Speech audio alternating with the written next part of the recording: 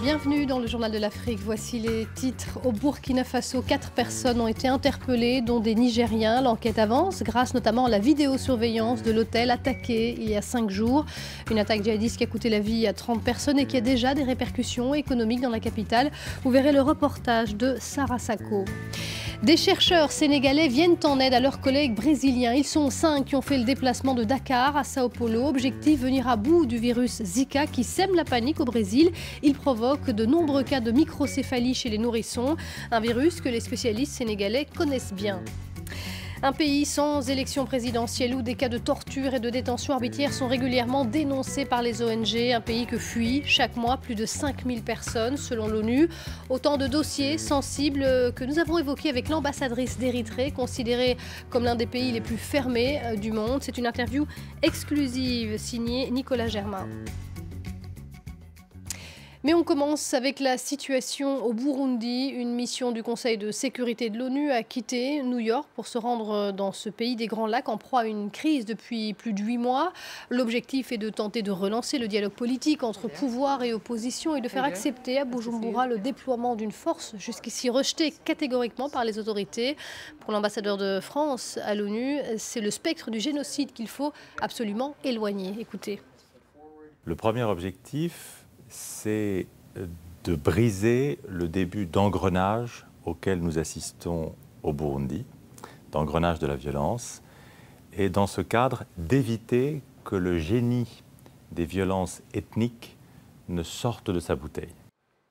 On va au Burkina Faso à présent, 5 jours après les attentats de Ouagadougou qui ont coûté la vie à 30 personnes. Plusieurs interpellations, dont des ressortissants du Niger. Plusieurs personnes auditionnées également aujourd'hui. Les derniers détails de l'enquête avec Sarah Sako, notre travail spécial à Ouagadougou.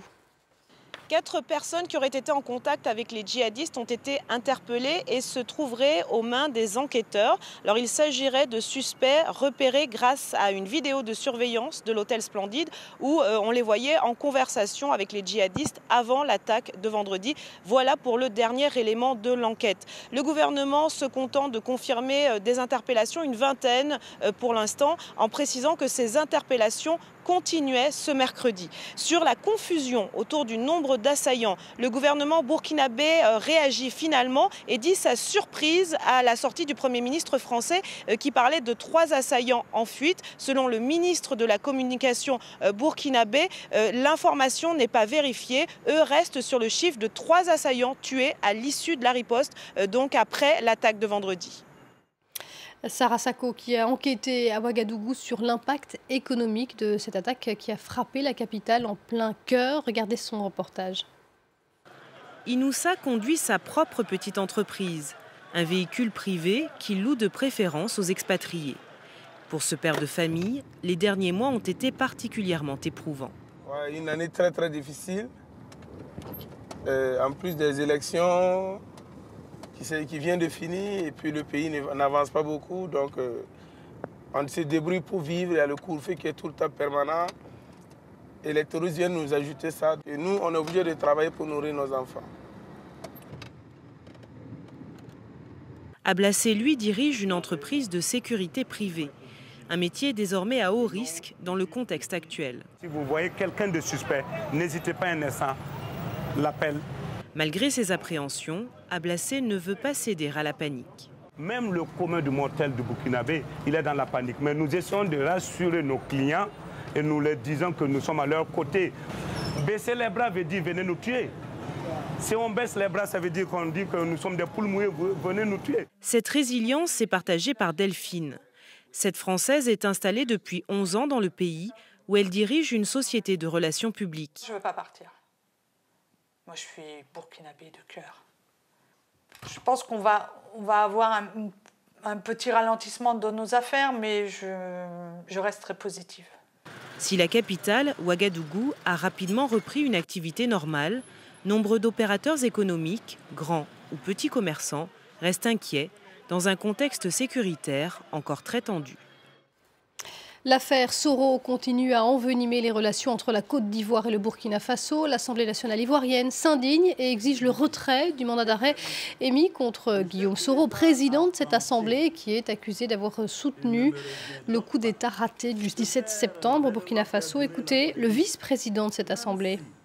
Le bureau de l'Assemblée nationale, réuni ce jour 20 janvier 2016, s'insurge contre ce mandat d'arrêt qui est juridiquement inopérant, diplomatiquement et inconséquent et inamical. Réaffirme son soutien franc et entier au président Soro Kibafori Diom, président de l'Assemblée nationale de Côte d'Ivoire, victime d'un acharnement politico-judiciaire incompréhensible. Exige le retrait pur et simple de ce mandat.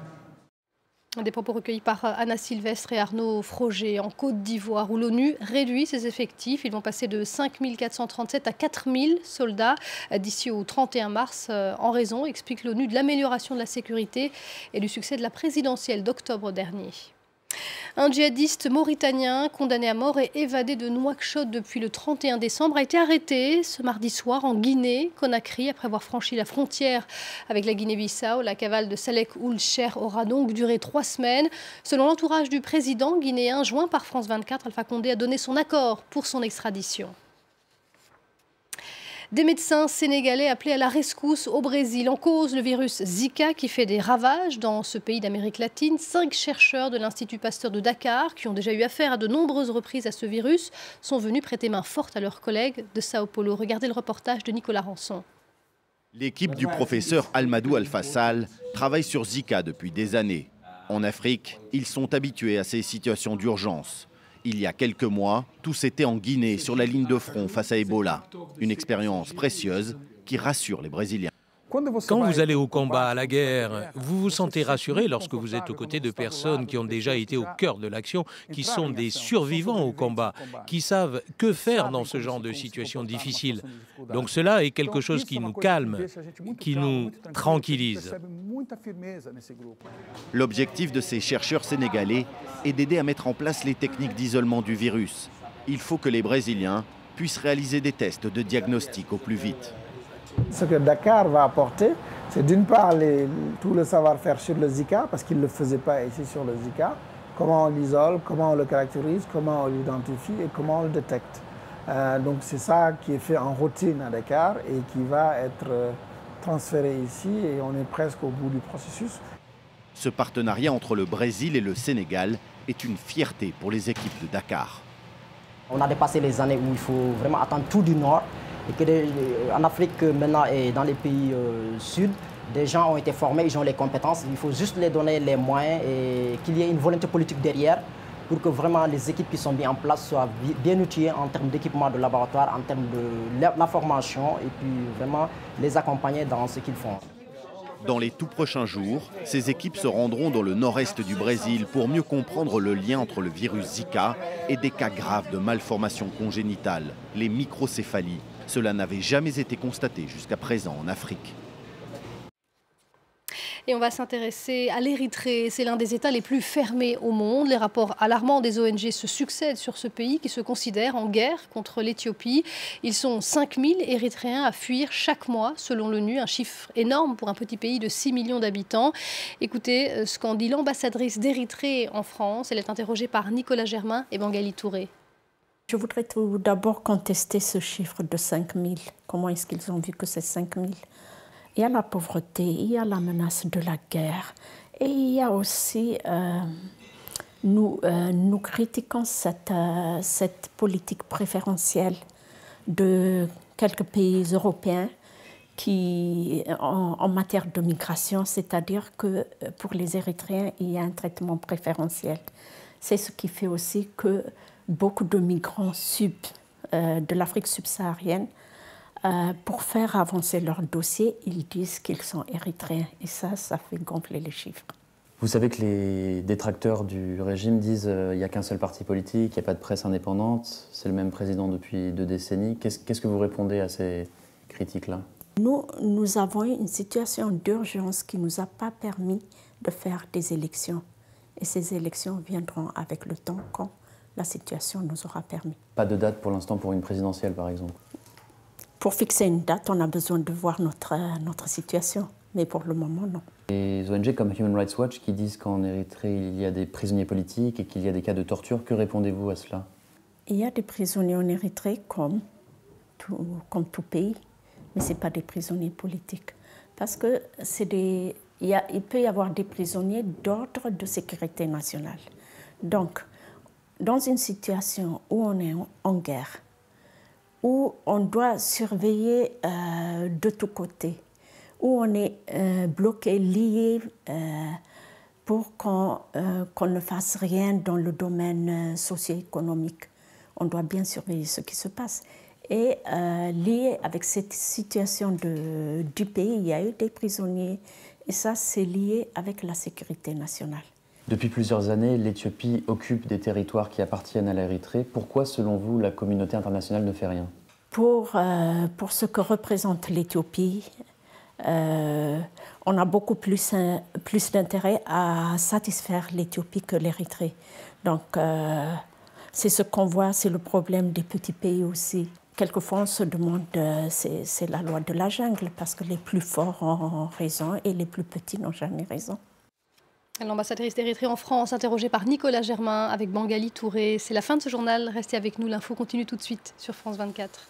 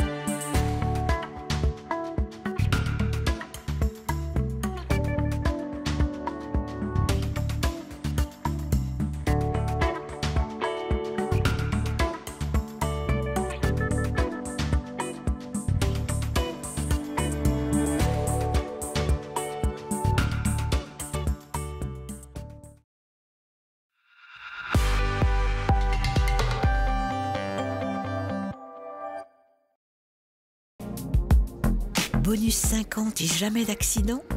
Le bonus lauréat ira comme un gant aux très bons conducteurs. Jusqu'à 8% de réduction supplémentaire sur votre assurance auto. Efficace et pas cher, c'est la MAF que je préfère.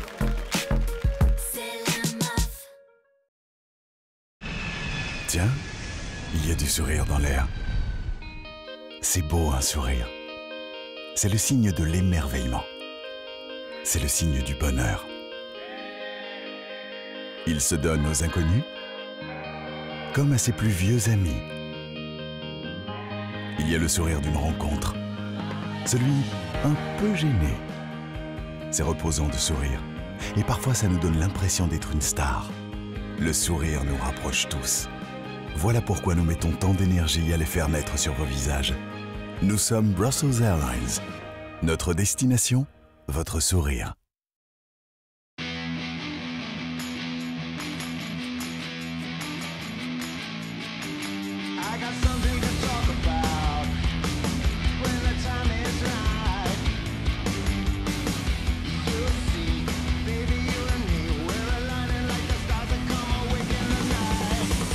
Crossover Peugeot 2008 avec nouvelle boîte automatique. À partir de 169 € par mois, sans condition de reprise, 3 ans d'entretien inclus.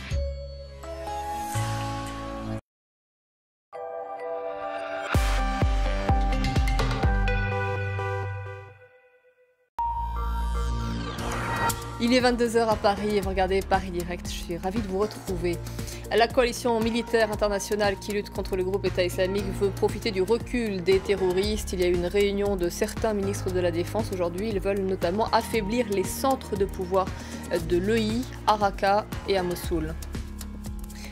Le Forum économique mondial de Davos, c'est un espace de débat où se rencontrent décideurs d'horizons variés. Il n'en demeure pas moins financé par le millier de grandes entreprises qui en sont membres. Les rencontres se déroulent jusqu'à samedi. Nous en parlerons longuement dans le journal de l'économie.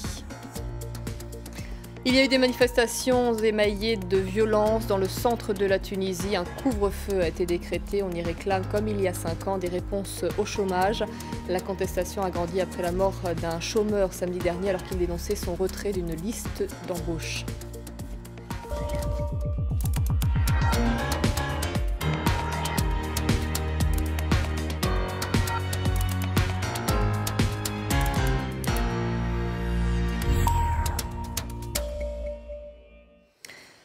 Quels sont les résultats observables de la lutte contre le groupe État islamique? Comment les pays engagés peuvent-ils améliorer leur mobilisation? 7 ministres de la Défense des principaux contributeurs se sont réunis à Paris pour dresser un bilan. Ils veulent cibler prioritairement les centres de pouvoir des terroristes. Cécile Galluccio. 2 heures de réunion et au final, les 7 pays les plus impliqués contre l'organisation de l'État islamique n'ont pas fait d'annonce phare. La France s'est contentée de dresser un bilan positif après plus de 18 mois de frappes aériennes. Nos efforts conjoints, ainsi que ceux de tous les membres de la coalition, portent leurs fruits. Et on observe, ces dernières semaines, un recul de Daesh. Sa résilience doit toutefois nous amener à améliorer encore notre action. Sur le terrain, c'est le moment d'accroître notre effort collectif en mettant en œuvre une stratégie militaire cohérente. Rien sur les futures stratégies militaires, ni sur d'éventuels soutiens supplémentaires contre l'organisation djihadiste. Par contre, les divergences entre pays militairement impliqués sur le terrain sont toujours là, notamment avec la Russie. Non conviée à la réunion, Moscou est accusé par la coalition internationale de frapper en priorité les rebelles plutôt que les positions des djihadistes.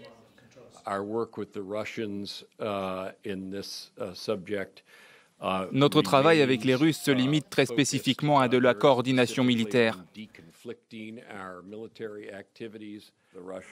Parce que les Russes sont sur la mauvaise piste stratégiquement et dans certains cas tactiquement.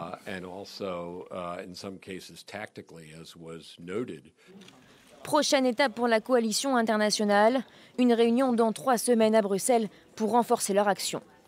En revanche, on ne sait toujours pas si les pourparlers de paix prévus à Genève le 25 janvier prochain vont bien avoir lieu. Les principaux acteurs ont pour l'instant été incapables de s'entendre sur la composition de la délégation de l'opposition syrienne. Ouverture ce mercredi du Forum économique mondial de Davos en Suisse. Jusqu'à samedi, 2500 décideurs de tous horizons sont attendus. On y débat, on y présente ses idées, parfois anxiogènes d'ailleurs, et on y repère des talents, des visions. Julien Fancholi. À peine commencé et déjà des dizaines de prises de parole. Bienvenue à Davos. Comme chaque année, le petit village suisse accueille les plus grands décideurs de la planète. Des chefs d'État et de gouvernement, Christine Lagarde pour le FMI, l'Allemande Angela Merkel ou encore le Canadien Justin Trudeau, sans compter de nombreux chefs d'entreprise et quelques artistes. Tous ont un mot à la bouche cette année. Une 4e révolution industrielle. Après la vapeur, l'électricité, l'ordinateur, place aux objets connectés et à l'intelligence artificielle. Une aubaine pour beaucoup, mais aussi une source d'inquiétude. Un rapport du Forum économique mondial souligne que ces mutations seraient à l'origine de la destruction de 5 millions d'emplois en 5 ans. Autre crainte, la santé de l'économie chinoise. Sa croissance en 2015 est restée sous la barre des 7%. La Chambre internationale du commerce considère qu'il y a un énorme contraste entre l'atmosphère de 2015 et celle de cette année. Il y a un sentiment général de découragement, peut-être même de pessimisme ici. La Chine occupe tous les esprits. Et les autres sujets n'invitent pas à l'optimisme. La baisse du cours des matières premières, la menace djihadiste qui pèse sur le monde, la crise des migrants. Les leaders de la planète ont jusqu'à samedi pour proposer leurs pistes. Il y a une impression dramatique de déjà-vu en Tunisie, comme pour rappeler que les causes de la révolution sont toujours vives. Des centaines de personnes ont dénoncé leur réalité dans la région défavorisée de Kasserine, dans le centre du pays. Il y a eu des accrochages avec la police. Marc Pope. aux pierres des manifestants. Les forces de l'ordre répondent par des tirs de gaz lacrymogène. Un face-à-face qui depuis 3 jours est devenu le quotidien des habitants de Kasserine, une ville située au centre du pays, dans une région très défavorisée.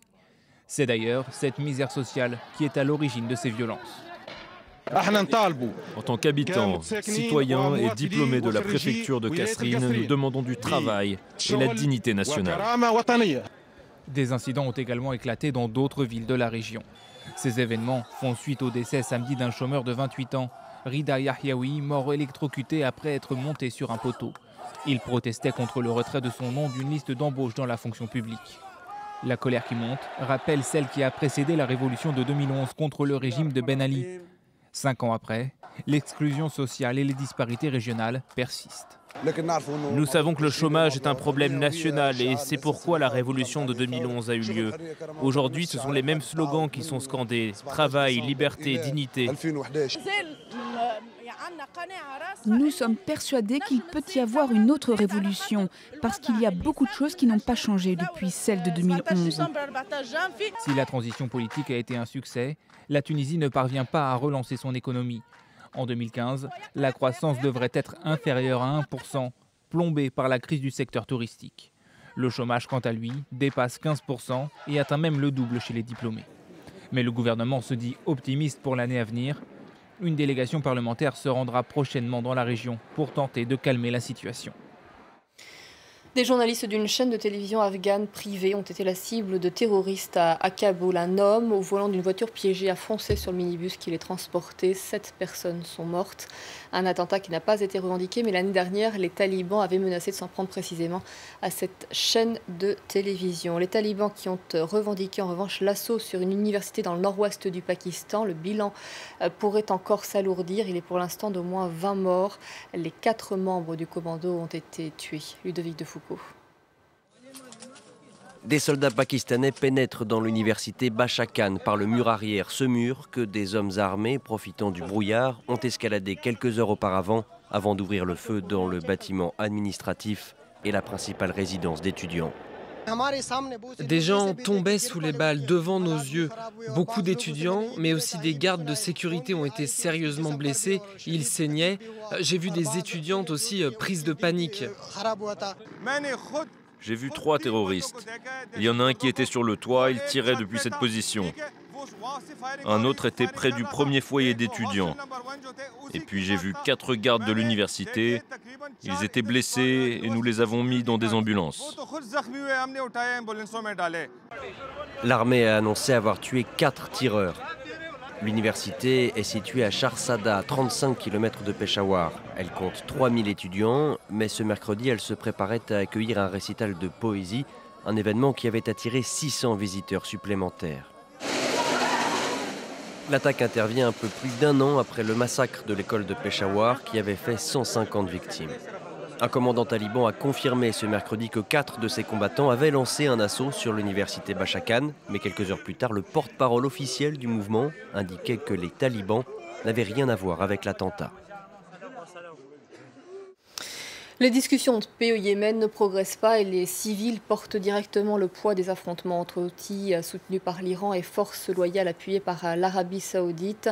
L'embargo imposé par la coalition limite de manière drastique l'entrée et la circulation des produits nécessaires tels que le carburant, la nourriture ou encore les médicaments. Alors pour en parler, j'accueille sur mon plateau Hassan Boussénine. Bonsoir.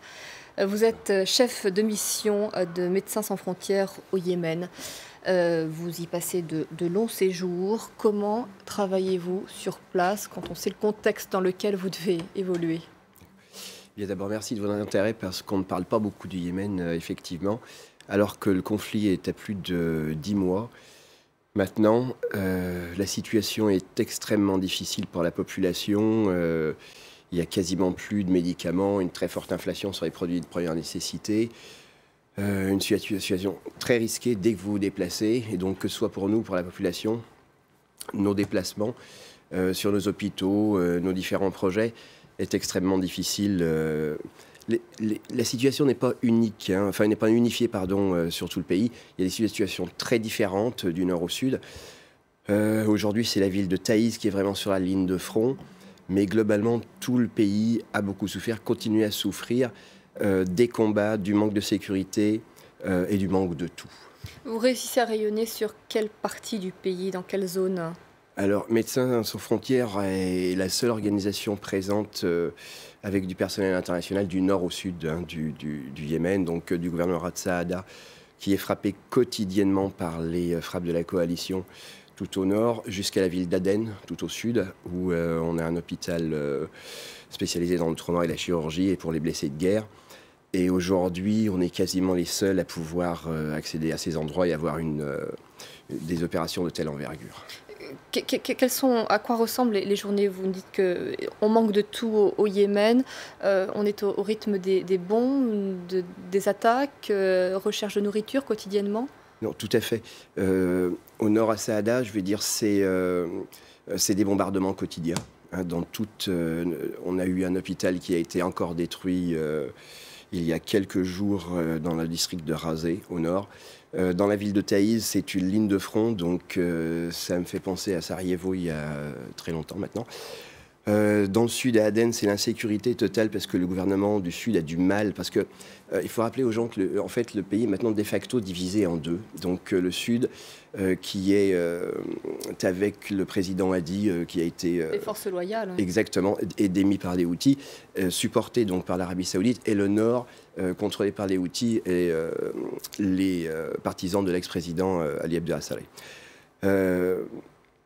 Et au milieu, donc il y a une ligne de front active. À Taïz, les gens peuvent quasiment pas avoir une vie normale. C'est même aller chercher des produits de première nécessité, c'est très difficile. Pour nous, c'est extrêmement difficile d'accéder à ces zones. On y arrive quand même, d'apporter des médicaments et du support pour les médecins et les hôpitaux.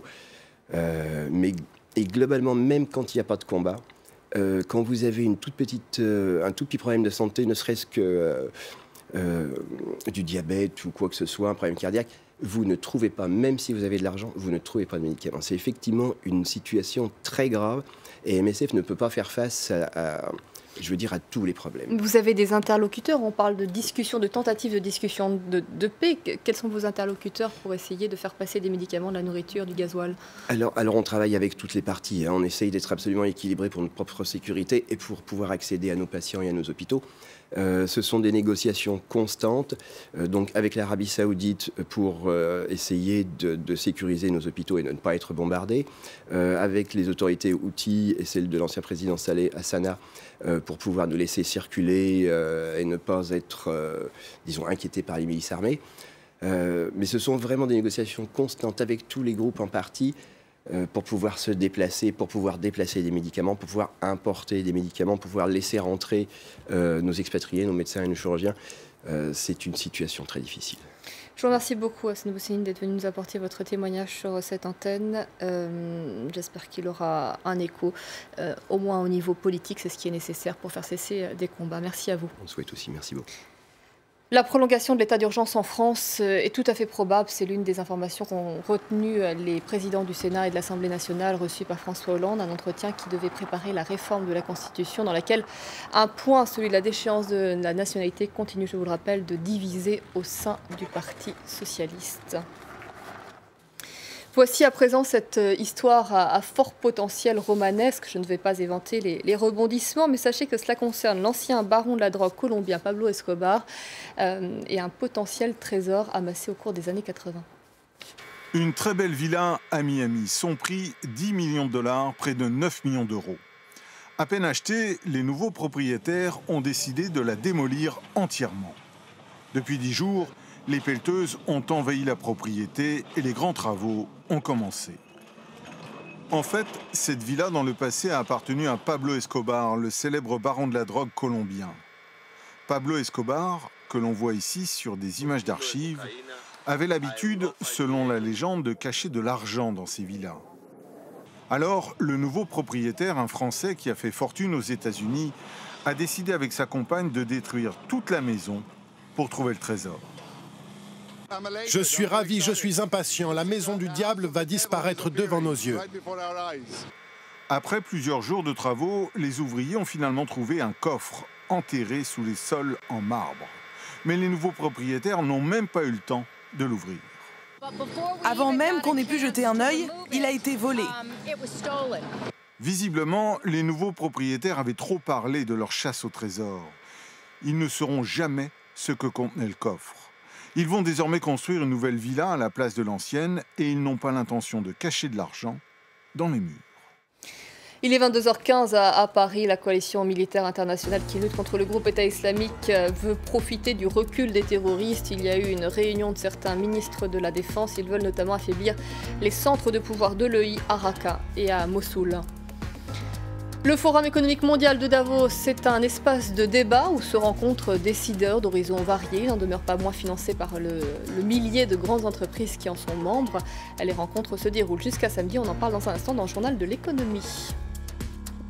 Il y a eu des manifestations émaillées de violence dans le centre de la Tunisie. Un couvre-feu a été décrété. On y réclame, comme il y a 5 ans, des réponses au chômage. La contestation a grandi après la mort d'un chômeur samedi dernier alors qu'il dénonçait son retrait d'une liste d'embauche. Place au journal de l'économie, c'est avec vous Myriam Mascarello, bonsoir. Bonsoir Aude, bonsoir à toutes et à tous. C'est un avis de gros temps ce soir sur les places financières mondiales. En Europe, les indices ont fortement chuté en fin d'après-midi à la fermeture. Paris a perdu 3,45%, le DAX à Francfort a reculé de 2,82%, moins 3,46% à Londres pour le FTSE. Et puis à Wall Street, eh bien, on a un peu fait le yo-yo, mais c'est quand même une tendance, vous le voyez, baissière, avec un Dow Jones qui termine sur un moins 1,56%, moins 0,12% pour le Nasdaq et moins 1,17% pour le S&P 500. Alors, que se passe-t-il sur les places boursières ? Eh bien, les investisseurs réagissent une fois de plus à la chute du pétrole. Nouvelle chute ce soir. Le baril a crevé un plancher, celui des $27 le baril pour le brut léger et à peine au-dessus de 27 pour le Brent de la mer du Nord. Traduction, les marchés y voient le signe tangible du ralentissement de l'économie mondiale. Ils savent aussi que la situation va durer car l'offre de pétrole est nettement plus abondante que la consommation mondiale et ce depuis plus d'1 an. Une situation qui a des conséquences très palpables. Exemple en Russie, où la moitié des rentrées budgétaires sont liées au pétrole et au gaz. Eh bien aujourd'hui, le rouble a de nouveau dégringolé pour atteindre un plus bas historique face au dollar. Pour les Russes, une monnaie plus faible, c'est un pouvoir d'achat qui baisse et des conditions de vie de plus en plus difficiles. Autre conséquence de cette baisse continue du pétrole, eh bien, toute la filière de l'or noir est impactée. Les majors réduisent leurs effectifs, on l'a vu ces dernières semaines. Ils réduisent aussi, ces géants pétroliers, leurs investissements. Et du coup, eh bien, les spécialistes de la prospection, ceux qui cherchent de nouveaux gisements, sont en première ligne. Ils sont pour certains au chômage technique. Regardez ce reportage de nos confrères de France 3. Quand le prix du baril de brut est au plus bas, les compagnies pétrolières n'investissent plus. Et en particulier, elles remettent à plus tard la recherche de nouveaux gisements. Or, ces campagnes d'exploration, c'est le cœur de métier de CGG, une activité qui demande d'énormes moyens, comme ce type de bateau plein de technologie à 200 millions d'euros pièce, chargé d'échographier le sous-sol. Pour être rentable, ce type de navire devrait naviguer toute l'année, jour et nuit. Arrêter un bateau, ça nous coûte à peu près 200 à 250 000 $ par jour. Donc chaque jour perdu est une perte importante pour nous d'exploitation. Alors, à bord, tout le monde est pressé de reprendre la mer. On a fini là la reprise des paravanes. Non, elles sont pas encore. Mais avec un baril bon marché, ces bateaux sont de moins en moins sollicités. La CGG comptait 23 navires de ce type en 2012 qui faisaient la fierté de son PDG, mais aujourd'hui la compagnie n'en a plus que 5. Donc effectivement, quand il y a des arrêts d'exploration, ces bateaux se trouvent en surcapacité et donc nous sommes obligés de les mettre à quai en attendant que le marché reprenne. Vous avez prévu d'en vendre quelques-uns ? Alors, idéalement, on aimerait bien les vendre, mais aujourd'hui, il n'y a pas vraiment de marché pour ces bateaux puisque tous nos concurrents sont dans la même situation que nous. L'entreprise est en pleine restructuration. En 2 ans, elle a supprimé 4000 emplois sur 11 000 à travers le monde, dont 300 rien qu'en France. Et avec ses navires restants, elle scrute tout frémissement du marché de l'or noir et compte bien rester parmi les leaders du secteur. Autre signe des difficultés de la filière pétrolière, Shell annonce ce soir qu'il prévoit des bénéfices divisés par 2 au 4e trimestre 2015. Et il faut dire que sur la période, eh bien, le brut a perdu 24% de sa valeur. En bref, la visite du président chinois en Arabie Saoudite se traduit par une pluie de contrats. 14 accords et mémorandums ont été signés aujourd'hui, dont bien évidemment des contrats pétroliers. La Chine est un gros client des Saoudiens, mais le pays achète aussi l'or noir au rival iranien. Ne jamais mettre ses œufs dans le même panier. Nouveau tour de table pour Deezer. Le site français de musique en ligne a récolté 100 millions d'euros auprès d'investisseurs internationaux, parmi lesquels Orange, Warner Music ou Sony. Objectif, se tailler une part plus importante du gâteau face à la concurrence, Spotify en tête ou encore Apple Music. Deezer privilégie l'appel direct aux investisseurs après avoir retardé son entrée en bourse.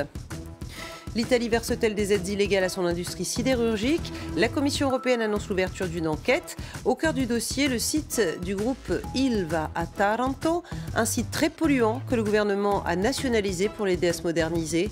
L'Ilva emploie 14 000 personnes dans les Pouilles, une des régions pauvres d'Italie. Enfin, Goldman Sachs fera des bénéfices moins gros qu'espéré, 5 milliards tout de même, 5 milliards d'euros en 2015, mais c'est une baisse de 31%. Motif, les énormes amendes que la banque américaine a dû payer pour avoir trompé ses clients pendant la crise des subprimes. Plus de 7 milliards d'euros à débourser donc au titre de l'exercice 2015. Voilà pour l'économie. Je vous remercie beaucoup Myriam. Accueillons à présent Karim Yaoui pour un œil sur les médias. Bonsoir Karim. Bonsoir. Les médias s'intéressent beaucoup aux difficultés financières du groupe État islamique. Alors c'est vrai qu'ils étaient assez nombreux à relayer une information qui a été divulguée par l'Observatoire syrien des droits de l'homme, une organisation qui a un certain nombre de relais en Syrie, qui livre souvent des informations fiables. Alors, pourquoi on se pose cette question? Parce qu'on se demande si l'austérité serait en train de gagner Raqqa. Le Parisien nous explique que Daesh réduit de moitié les salaires de ses combattants. Ceux qui gagnaient 400 $ par mois vont désormais gagner 200 $ par mois. Il faut savoir que les combattants étrangers gagnent 2 fois plus que les combattants syriens de cette organisation terroriste. Et le site des Échos souligne que les membres syriens de Daesh ne sont pas contents parce qu'ils sont en train de livrer des combats âpres du côté de Deir ez-Zor contre les soldats du régime de Bachar al-Assad. Et cette annonce intervient donc à un moment où ils sont donc en difficulté sur le terrain. Alors évidemment sur les réseaux sociaux ça n'a pas tardé, on a eu le droit à cette vanne qui a été largement répétée par nombre d'internautes, c'est la dèche pour Daesh. Alors c'est vrai que depuis un moment, on nous explique que l'organisation État islamique recule sur le terrain, que les frappes sur les infrastructures pétrolières ont sans doute amené cette situation où l'organisation décide de diviser par 2 le salaire de ses combattants. Mais en tout cas, elle reste terriblement nuisible. Il y a ce rapport publié par l'ONU qui en dit long. Daesh détient 3500 esclaves et a enlevé 900 enfants. Un rapport qui est donc en ligne sur le site de l'ONU. Et puis aujourd'hui, on apprenait qu'un monastère, le monastère de Saint-Élie à Mossoul, le plus ancien d'Irak, a tout simplement été rayé de la carte par les terroristes de Daesh. Alors, cette information émerge aujourd'hui, mais en réalité, ça s'est produit il y a quelques mois déjà. Le site de l'agence Associated Press publie des images qui en disent long et qui ne laissent pas planer le doute sur le fait que ce monastère a été bel et bien détruit. En tout cas, aujourd'hui, si on parle du recul de l'organisation État islamique, il y a aussi une autre raison pour laquelle on peut s'inquiéter. C'est ce qu'explique le site Slate. Mauvaise nouvelle pour l'Afrique, notamment la rivalité AQMI-Daesh est bien relancée, parce que c'est vrai que si l'organisation terroriste semble reculer en Syrie et en Irak, ses actions en dehors de ces territoires sont toujours plus sanglantes dans une espèce de course avec l'autre organisation rivale AQMI. Au Sri Lanka, on veut utiliser les réseaux sociaux pour rédiger la nouvelle constitution. Alors c'est ce que nous explique le site de Courrier International. Il faut savoir qu'au Sri Lanka, on avait déjà largement utilisé les réseaux sociaux lors des élections présidentielles de janvier 2015 et des législatives qui ont suivi. Le Premier ministre considère que l'avis des jeunes est important, et quoi de mieux que les réseaux sociaux pour tenter de le recueillir. C'est ce qu'il explique dans un certain nombre de médias sri-lankais, comme ici Daily News ou encore cet autre site internet Adaderana qui relaye les paroles du Premier ministre. Alors, il faut tout de même rendre à César ce qui est à César. En réalité, nous explique The Sunday Leader, l'initiative est à mettre au crédit du Centre pour les alternatives politiques au Sri Lanka, un think tank qui milite pour que la parole des citoyens soit entendue, notamment via les réseaux sociaux. Alors évidemment, en filigrane, la nécessité ou la volonté d'oublier un passé particulièrement douloureux, puisque la guerre civile s'est achevée en 2009 et qu'il y avait eu 100 000 morts à cause de cette guerre civile. Alors cet appel à la population pour qu'ils participent à cette constitution, c'est aussi une façon de réconcilier toutes les populations entre elles. On va terminer avec cette très jolie histoire en Grande-Bretagne. Alors on en parle beaucoup du côté des médias britanniques. On va découvrir ensemble quelques articles qui sont largement consacrés à cette histoire qui a évidemment ému en Grande-Bretagne, notamment cette histoire du marchand de charbon gallois qui s'est aperçu à 64 ans qu'il était le fils d'un sultan.